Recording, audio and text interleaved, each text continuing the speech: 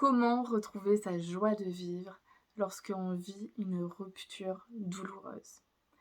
Je sais à quel point ça fait mal, à quel point une rupture c'est difficile, mais il y a vraiment des manières pour se sentir beaucoup mieux.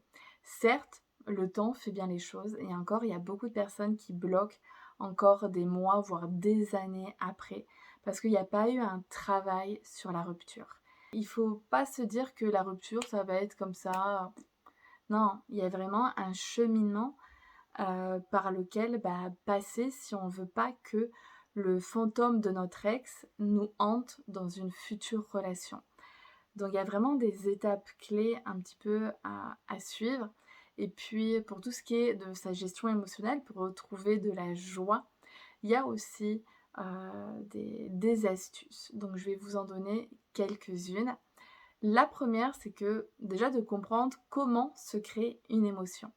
Une émotion, en fait, comment elle se crée? Tout simplement, on part d'un fait, un événement, donc la rupture, et en fait, face à un événement, face à un fait, chaque être humain, par rapport à tous ces filtres, va interpréter l'événement. Quand je dis par rapport à ces filtres, c'est par rapport à ses expériences passées, par rapport à son éducation, sa religion, par rapport à sa personnalité, etc., va interpréter les choses. Interpréter, c'est-à-dire va y déposer des pensées, va se dire quelque chose par rapport à ça, et les pensées vont déclencher des émotions. Donc, si tu veux changer tes émotions, il te suffit d'aller voir ce que tu te racontes. Quelles sont les pensées que tu attribues à la rupture. Si tu rompes et que derrière tu te dis, toute façon, c'est normal, je suis même pas étonnée parce que je suis pas assez belle, assez intelligente, assez ceci. S'il m'a quittée, c'est parce que il préfère les femmes, nanana. Bref, en fait, tout ce que tu te racontes sur la rupture va t'empêcher d'aller de l'avant.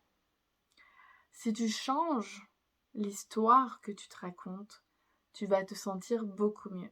Parce que lorsque tu te dis que t'es pas assez ceci ou cela, en fait, tu es en train de t'auto-flageller, hein, que vraiment, là, tu as une espèce de cravache dans la main, et clac, clac. Alors déjà que tu as mal, hein, déjà que le cheval, qui est toi, il a mal à la cheville, il marche, il est assoiffé, il a couru des bornes et des bornes, et toi, en plus de ça, tu ne lui donnes pas à manger.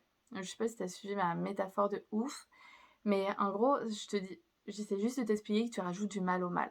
Déjà que c'est dur une rupture, et toi derrière, tu t'enfonces. Et vraiment, tu es en train de te traîner dans la boue comme jamais, quoi. Et donc ça, en fait, ça fait que tu te sens encore plus mal et que ta joie de vivre, elle est à des milliers de kilomètres. Mais parce que tu es en train de t'auto-flageller, en fait.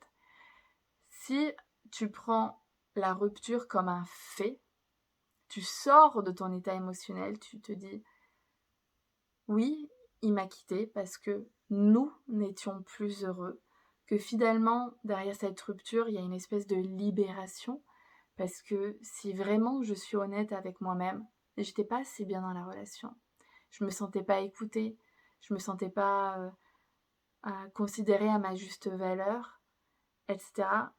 Finalement, il a pris la responsabilité de la rupture, et peut-être qu'au fond, et peut-être même pas au fond, en fait, juste en réalité, il m'a fait un cadeau. Parce qu'il nous a libérés de l'emprise que l'on pouvait avoir l'un sur l'autre. Et tu vois, déjà, si on parle de cette manière, on n'a plus forcément envie de pleurer toutes les larmes de notre corps, on a peut-être plus envie d'aller célébrer ce super cadeau. Bon, j'en fais un petit peu des caisses, mais peut-être que tu es dans cet état d'esprit-là. Et donc, quand tu changes tes pensées, tu changes ta gestion émotionnelle. Après, il y a une autre manière de faire pour travailler sur ces émotions. C'est plutôt que de remonter vers les pensées, c'est juste de rester avec ces émotions-là. En fait, tout ce travail-là, on le fait très régulièrement en séance de coaching. Moi, je vais beaucoup travailler sur les émotions, sur les pensées, pour te montrer en fait d'autres manières de voir les choses, ce qui fait que tu te sens beaucoup mieux. Et donc, Voilà, l'autre exercice à faire pour se sentir mieux et retrouver sa joie de vivre, c'est d'aller connecter directement avec l'émotion.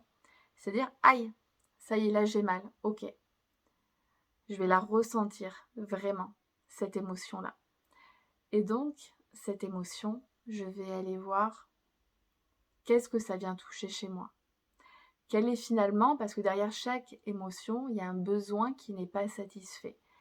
Qu'est-ce que, du coup, de quoi est-ce que j'ai besoin concrètement pour ne plus me sentir comme ça? Ah, j'ai besoin d'être rassurée. Mais rassurée de quoi? Que je vais pouvoir être à nouveau heureuse. C'est-à-dire, ah, oui, ok, de retrouver l'amour parce que j'ai peur de finir seule. Ah, est-ce que ton ex, il y est pour quelque chose là-dedans? Non, en fait, tu as besoin de quelqu'un. Et tu vois, en fait, ça va être d'aller chercher les réponses et vraiment faire preuve de tolérance, de compassion, de bienveillance envers toi-même. Ne cherche pas à t'auto-flageller à chaque fois que tu penses à ton ex. Non, pense-y. T'as envie d'y penser? Vas-y. Fais-le à fond, surtout au début, et tu verras qu'en fait, en ne pas te forçant à penser à autre chose, et ben de tout seul, ça va partir tranquillement.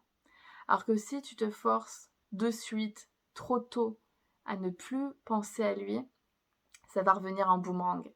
Ça va prendre beaucoup plus d'ampleur. Comme on dit, toute chose qui est refoulée s'imprègne dans la matière. Bon, je sais pas si en vrai c'est l'expression, c'est ça, mais en gros, voilà. Donc c'est important d'évacuer, de se concentrer, d'y réfléchir, de pas prendre les choses par la fenêtre. Non, allez, l'émotion elle est là, vas-y à fond, connecte-toi à elle. Je sais que c'est douloureux, mais va chercher les réponses et tu verras que tu vas gagner un temps fou sur ta guérison. D'ailleurs, j'ai créé un super programme de malade, de dingue, et qui va vraiment te permettre de retrouver ta joie de vivre. C'est le programme que j'ai appelé Renaissance. C'est un programme d'auto-coaching qui se fait à ton rythme, mais si tu y passes 2 heures et demie à peu près, voilà, maximum, par semaine, ça te prend pas plus que 5 semaines. Et à la fin, tu as retrouvé ta joie de vivre, tu as retrouvé confiance en toi, tu te sens beaucoup plus forte, beaucoup plus sereine, beaucoup mieux dans ta vie, tu as repris ta vie en main. Tu t'es remis à faire des choses dans ta vie, tu as retrouvé cette énergie-là.